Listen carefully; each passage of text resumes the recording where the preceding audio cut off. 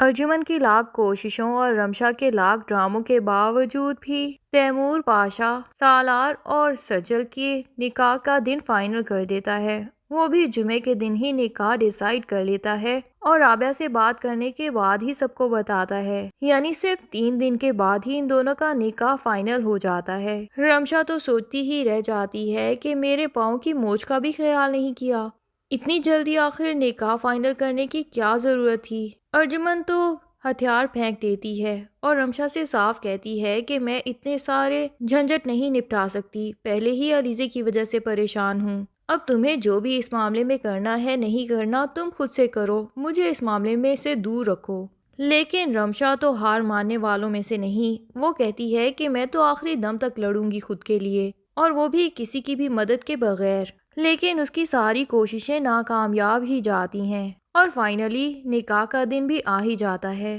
اب رمشا صرف اتنی بدمزگی ضرور کر دے گی کہ نکاح کے ٹائم پہ چونکہ مولوی رمشا کے والد کا نام لے کے ہی سجل کو بلائے گا کہ سجل بنتے جاوید احمد، کیا آپ کو 5 کروڑ حق مہر کے ساتھ سالار پاشا سے نکاح قبول ہے؟ تو سجل سے پہلے رمشا کہہ دے گی کہ ہاں قبول ہے، وہ بھی اونچی آواز میں کہ پورے موجمے کو سنائی دے جائے۔ یہاں شادی میں آئے سب لوگ ہی حیرت سے ایک دم سے رمشا کو دیکھیں گے، لیکن اس کا یہ ڈرامہ بھی کام آنے والا نہیں، بالآخر سجل اور سالار کا نکاح تو ہو جائے گا۔ پر اس ڈرامے کا آخر کیا مقصد ہے یہ تو آگے جا کے ہی پتہ چلے گا۔ شاید رمشا یہ شو کروائے گی کہ سجل تو جاوید احمد کی بیٹی ہی نہیں، تو یہ نکاح تو میرے ساتھ ہی ہوا ہے۔ لیکن سالار آخر یہ باتیں ماننے والا نہیں، وہ دل سے سجل کو ہی اپنی بیوی قبول کر چکا ہے۔ ادھر رابعہ بھی سجل کو یہی سمجھاتی ہے کہ جب آپ اپنی زندگی اپنے شوہر کے نام کر دیتے ہیں نا، تو اس کے بغیر زندگی گزارنے کا تصور بھی نہیں کر سکتے۔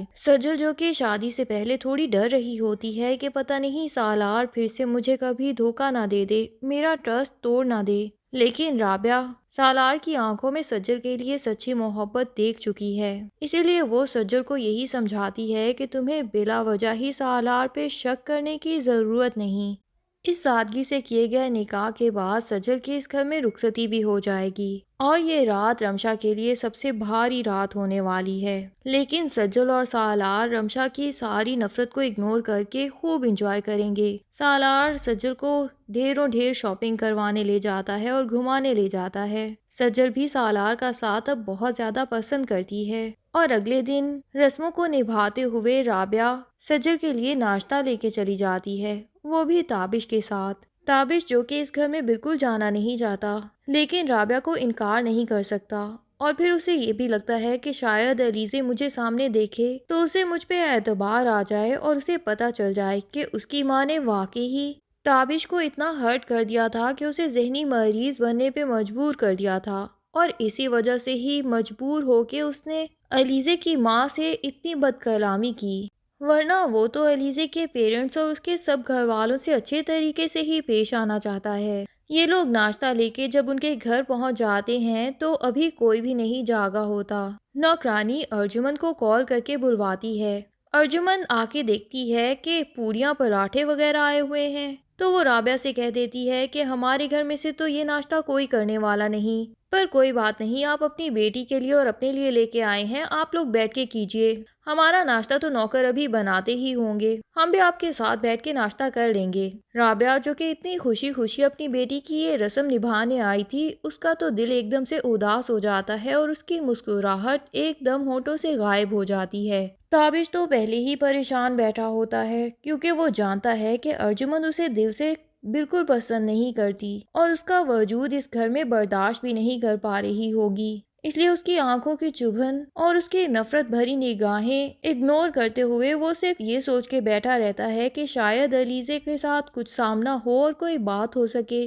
ورنہ جس طرح علیزے ناراض ہو کے گئی ہے تابش میں تو اتنی ہمت بھی نہیں کہ اس کو منا کے واپس لا سکے۔ آخر ہے کیا تابش کی زندگی میں جس سے وہ علیزے کو خوش کر سکے؟ وہ جانتا ہے کہ ارجمن جو بھی کہتی ہے کہیں نہ کہیں سچ ہی ہے، صرف محبت دے کے تو وہ علیزے کو خوش نہیں کر سکتا نا، خوشیوں کے لیے دولت کی بھی تو ضرورت ہوتی ہے، اور تابش تو علیزے کی ایک بھی فرمائش پوری نہیں کر پاتا۔ یہاں ارجمن دیکھتی ہے کہ تیمور پاشا صبح ہی صبح کسی سے کال پہ بات کر رہا ہے اور کافی غصے میں چلا رہا ہے۔ ارجمن اس کے پاس پہنچ جاتی ہے اور پوچھتی ہے کہ کیا ماجرا ہے۔ تو تیمور پاشا اپنے خیال میں تو اس کو خوشخبری سناتا ہے، لیکن دراصل اس کے اوپر ایک بم بلاسٹ کرتا ہے اور اسے کہہ دیتا ہے کہ احمد پکڑا گیا ہے، اسی شہر میں گھوم پھر رہا تھا۔ میں نے تو پولیس والوں کو کہہ رکھا تھا کہ جب بھی یہ انسان نظر آئے اس کو فوراً سے پہلے حراست میں لینا، کیونکہ بغیر سزا دیے تو میں اس مجرم کو چھوڑ نہیں سکتا جس نے میری بیٹی کو کڈنیپ کرنے کی ہمت کی۔ تیمور پاشا کی طاقت کا تو اس کو پتہ چلنا چاہیے نا، تاکہ یہ سبق پوری دنیا کے لیے ہمیشہ عبرت کا نشان بنا رہے۔ اب دیکھنا میں اس احمد کا کرتا کیا ہوں۔ اور ارجمن میڈم کے تو طوطے ہی اڑ جاتے ہیں اور وہ سوچتی ہے کہ یہ تو اتنا بیوقوف انسان ہے کہ فوراً سے پہلے ہی میرا نام بتا دے گا۔ وہ پریشانی کی حالت میں پہنچ جاتی ہے سالار کے پاس اور اس سے ہی ڈسکس کرتی ہے، لیکن وہاں کمرے میں سجل بھی موجود ہوتی ہے۔ ارجمن پریشانی میں سالار سے کہتی ہے کہ مجھے تم سے بہت ضروری بات کرنی ہے اور سجل کے گھر والے ناشتہ لے کے آئے ہیں، اسے کہو کہ ان کے پاس چلی جائے۔ سجل کو تھوڑا امبیرسنگ لگتا ہے اور سالار کو بھی اچھا نہیں لگتا کہ اس کی آنی شادی کے اگلے ہی دن سجل سے اتنی روڈلی کیوں بیہیو کر رہی ہے۔ وہ آنی سے کہتا ہے کہ اب میری کوئی بھی بات سجل سے چھپی ہوئی نہیں ہے، آپ جو بھی بات ہو اس کے سامنے بتا سکتے ہیں، میرے لیے وہ پورے اعتماد کے قابل ہے۔ لیکن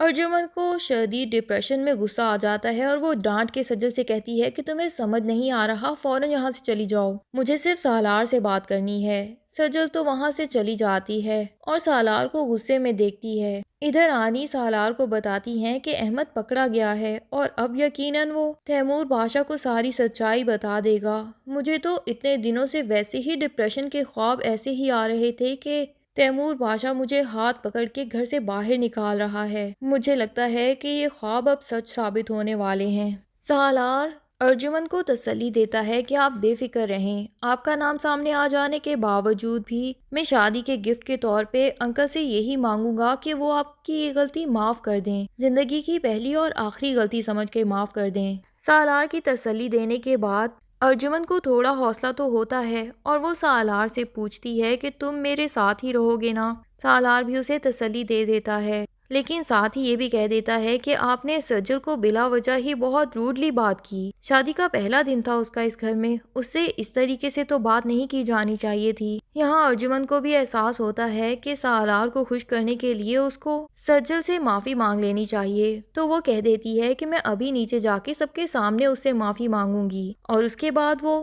سب سے بڑے اچھے طریقے سے بات کرتی ہے، کیونکہ جہاں اسے سٹیٹس کی اتنی فکر تھی اب تو اسے ٹینشن ہو گئی ہے کہ اس کا اپنا سٹیٹس تو کچھ عرصے بعد جیل میں دکھائی دینے والا ہے، اور یہی سوچ کے پریشان ہوتی ہے کہ علیزے کو جب اپنی ماں کی یہ اصلیت پتہ چلے گی کہ اس کی وجہ سے ہی وہ ایک دو دن ان گنڈوں کے پاس رہی، تو اسے مجھ سے کتنی نفرت ہو جائے گی۔ اتنی مشکل سے تو تابش کو چھوڑ کے میرے پاس آئی تھی اور پھر سے تابش کے پاس ہی پہنچ جائے گی۔ یہ سب کچھ تو ارجمن بالکل نہیں چاہتی، لیکن اس کا انجام بہت ہی برا ہونے والا ہے، اور اس کا انجام جاننے کے لیے ڈرامے کی اگلی ایپیسوڈز کا انتظار کیجیے۔ تب تک کے لیے اللہ حافظ۔ ویڈیو پسند آئے تو لائک اینڈ کمنٹ ضرور کر دیں اور چینل کو سبسکرائب کرنا نہ بھولیے۔ Thank you.